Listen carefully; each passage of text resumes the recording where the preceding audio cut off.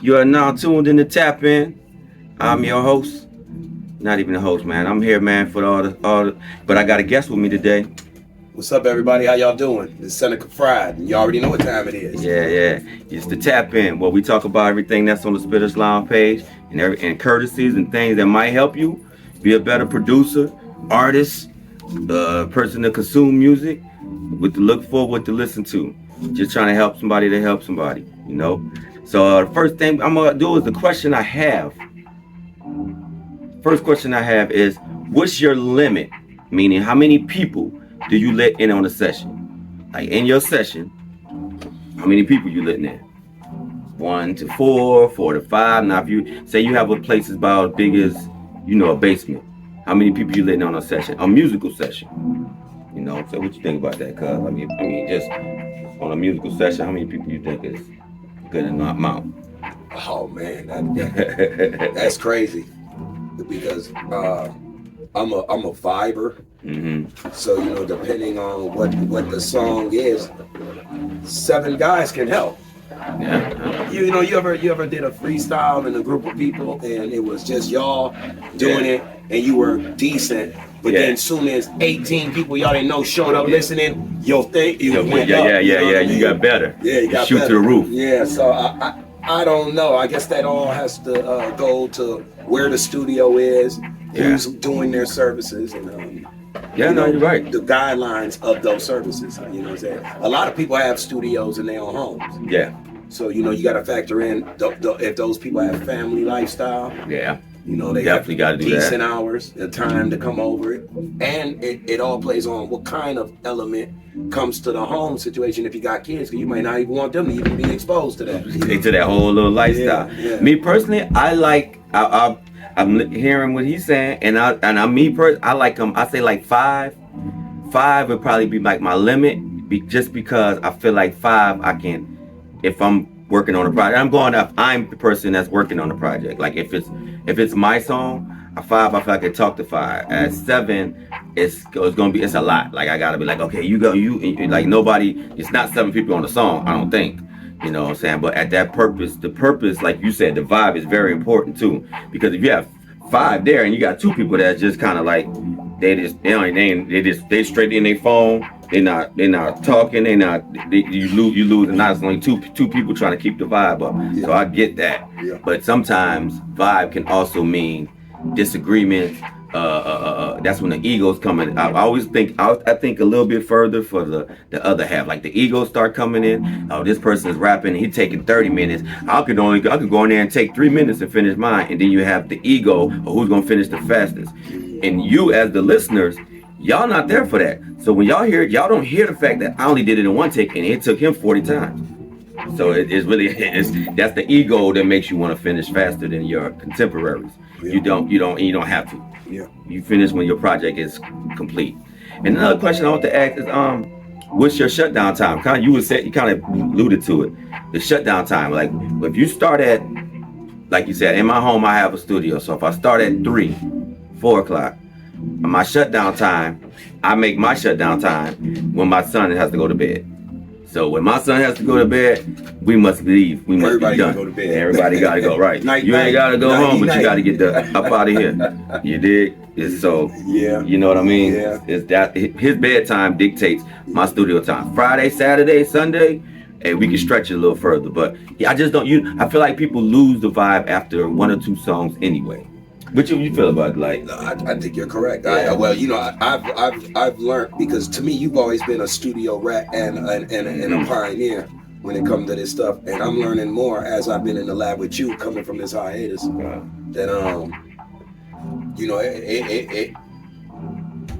it varies. Yeah, it do. You know what I'm saying? I don't even know what I'm gonna do. You know what I mean? I see now that the pen though has a lot to be played in those situations. I mean, like even this prior question you asked, I believe this is for the independent studio man. Yes. Anyway, yeah. Because the industrial guys, it wouldn't be no age, Glad you said no that. cap or no time, and then they I'm go glad you said all that night too, long, you know? because I'm speaking of an independent. That's a good one. Independent studios. I'm talking about your everyday guy that's in the studio. I want people over, not the people who paying for blocks and not that. Because I don't care if you paying me, you can be here all night. There's more money I'm making. Don't want to cut you. No, go ahead. A good example is Savon Foss, you guys. He was just in the studio with me and Brother dropping some fire. And we was kind of deep in here being loud and throwing ideas out. And that man didn't sit nowhere near us. He walked away. We didn't know where he was at. He came back with his music, but he didn't stop. Mm-hmm. He kept doing what he was there to do, even though we was all in that circle, and he came back. So, you know, that type of stuff is all focus. You know, I think that when you get into the studio and you're really trying to make a good project, you don't need too many people, but the engineer, you, and whoever's featuring on that song. You know, I've also had experiences with Cuzzo where you might want to even limit your parlay. Your drinking. Smoking ain't so bad, but that bottle, it need to be limited. Period. And I know y'all know already. We talked about it on the last one. Oh, you did? Okay. That one was easy. Yeah, when I was talking to Easy, I asked him, I said, what's your no-no? He like, coming here as drunk as me? Oh, yeah. Because being drunk is one of those, it's one of those things you don't really realize your intake until you hear it on the track. Everybody, I'm not telling people how to live your life, but when you try to do music, you will hear it and say, why would y'all let me put that out? You know what I mean? So, and the last question, I can't remember. Let me see what we got here. Okay. What's your courtesy of when somebody does a track, just kind of alluding what I was just saying, if it sound bad, but you want to tell them, hey, I'm gonna need you to do it over, or this might not be the day for you to do this track, because, you know, how do you nicely tell this person this sound like trash? You mean like, should you lie to them? What's the way to tell them? Oh, that's deep. Like, how do you tell somebody that, not that their bars are trash, now give me correct, but their delivery is not there. They might have something on their mind, got into it with the old lady, I don't know, the car breaking down. His mind isn't, you can hear in his rap like, bruh, you sound like you're reading. There's no feeling. Like, how do you tell somebody? And it's just a question, throw it in the comments, what would you say? How do you tell them? Man, that's crazy. That's tough. Yeah, it is, because that's tough. Niggas is so sensitive over music. When they try, you know, like, you ever seen a guy who just started? Yeah. He don't know what he's doing. Right. If you come out and try to tell him something, he takes offense. Nigga go make a diss about you. You know what I mean?